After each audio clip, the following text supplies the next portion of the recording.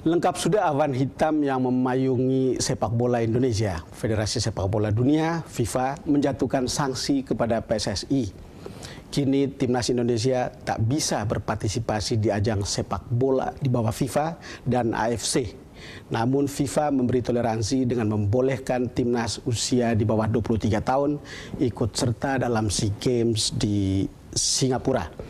Sepak bola kita kini berada di titik nadir.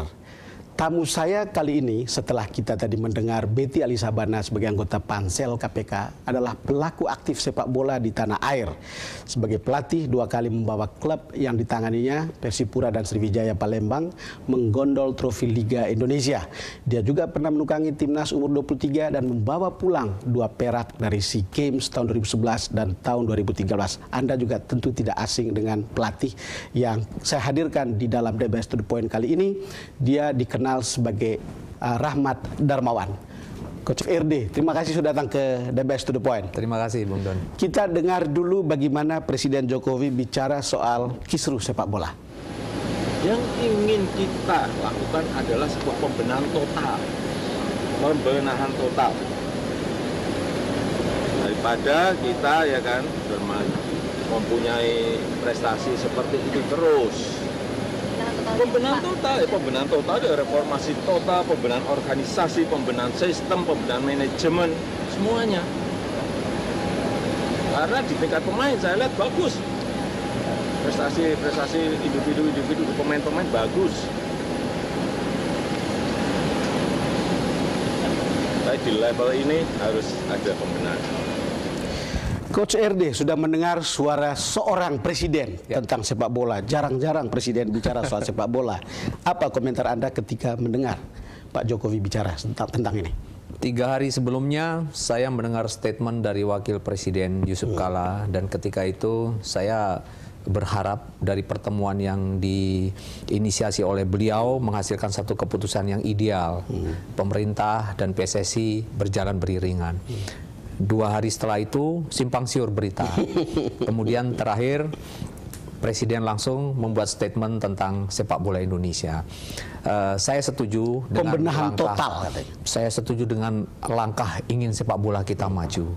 Namun tentu kita juga harus betul-betul berpikir dengan jernih bagaimana dan apa yang harus kita lakukan sebelum kita memulai sesuatu hal yang besar. Karena semua tentu harus ada hal yang diperhatikan, untung dan ruginya harus diperhitungkan. Jangan sampai apa yang sudah kita bangun dalam waktu yang cukup lama kemudian dihancurkan dalam sekian detik atau sekian jam saja, atau dengan hanya satu statement saja. Kalau paling penting. Coach RD bicara begitu, tetapi orang bicara lain bahwa yang kita bangun itu tidak ada hasilnya. Kalau tidak ada hasilnya, maka kita lakukan pembenahan total. Kira-kira begitulah. Maka PSSI dibekukan, Presiden mendukung. Walaupun di situ dikatakan antara Presiden dan Wakil Presiden tidak ada yang berbeda karena tujuannya toh untuk sepak bola yang lebih baik. Kira-kira.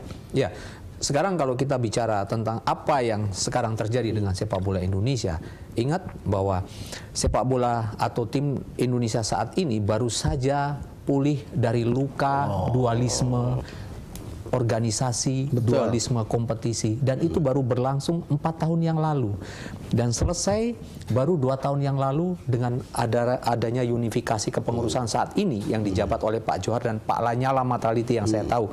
Kemudian mulai di situ kita bergerak menata membangun sistem kompetisi, menata bagaimana program-program apa yang harus dilanjutkan. Belum lagi usai, belum lagi selesai permasalahan 2 tahun yang lalu. Kali ini kita harus menghadapi satu bencana besar menurut saya. Ya karena Anda orang dalam, jadi saya masih bisa terima karena kemudian Anda pasti orang netral lah kalau dalam kasus PSSI ini. Tepat, saya tidak akan memihak manapun. Saya ingin mengatakan bahwa data yang real seperti ini, yang tidak betul seperti ini. Kita bicara prestasi seperti yang tadi disampaikan oleh Bapak Presiden. Oke, tim nasional senior, ya kita memang mengalami penurunan yang luar biasa ketika terjadi dualisme organisasi, karena memang tidak boleh mengambil pemain-pemain terbaik pada waktu itu. 2 tahun loh kita peringkat drop sampai di bawah 200. Artinya ini apa? Kemudian sekarang sudah mulai pelan dan pelan meningkat. Kemudian prestasi di usia kelompok umur. Ada 2 catatan atau 3 catatan. 2011, 2013 kita lolos final SEA Games dengan mendapatkan 2 perak. Menurut saya itu tidak jelek. Kemudian yang berikutnya adalah kita menjuarai Piala AFF usia 19. Kemudian kita lolos, dan yang lebih heroik, kita mengalahkan tim yang hampir orang bilang tidak pernah bisa dikalahkan. Saya ingat itu. Korea Selatan ya. Artinya apa? Artinya ada satu progres yang signifikan terhadap pembangunan sepak bola Indonesia. Ingat, Bung Don, bahwa membangun sepak bola itu butuh waktu, itu butuh bagaimana kita juga harus berkumpul sepakat apa yang harus kita lakukan.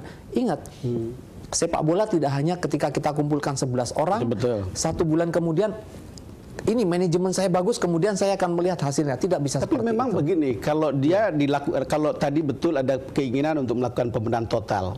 Pertanyaan saya sebagai wartawan sebetulnya, memang so what next? Kan itu kan selalu, saya juga tidak yakin bahwa setelah begini, lalu tiba-tiba dalam 1 atau 2 tahun, jadi lebih baik begitu. Itu tepat. Karena memang menurut saya, apalagi dengan kondisi sepak bola Indonesia sekarang, saya memprediksikan bahwa tadinya bahwa Indonesia ini akan mulai bisa bicara 10 tahun ke depan dengan catatan semua konsentrasi dan pikiran kita kita fokuskan kepada youth development. Youth development, kata kuncinya di situ. Sekarang Ada di sana. PSSI lakukan itu enggak? Yep. Sehingga kita misalnya kalau Anda tadi bilang tidak jelek-jelek amat, lalu kemudian saya bisa berharap 1 tahun lagi sudah lebih baik misalnya begitu. Sekarang untuk mencapai di sana tentu harus dilengkapi oleh hal-hal yang berkaitan dengan hal tersebut. Nomor 1, kita sangat miskin sekali dengan jumlah pelatih yang punya lisensi atau sertifikat AFC atau FIFA. Itu kita hampir tidak mau menghandle pemain-pemain di level junior karena memang jumlahnya kurang. Sementara yang dibutuhkan oleh pemain-pemain di level junior atau level pemula ini adalah pelatih-pelatih yang mengetahui tentang latihan yang proporsional untuk mereka. Kita akan lanjutkan lagi setelah ini. Pemirsa, kami akan segera kembali selepas jeda berikut.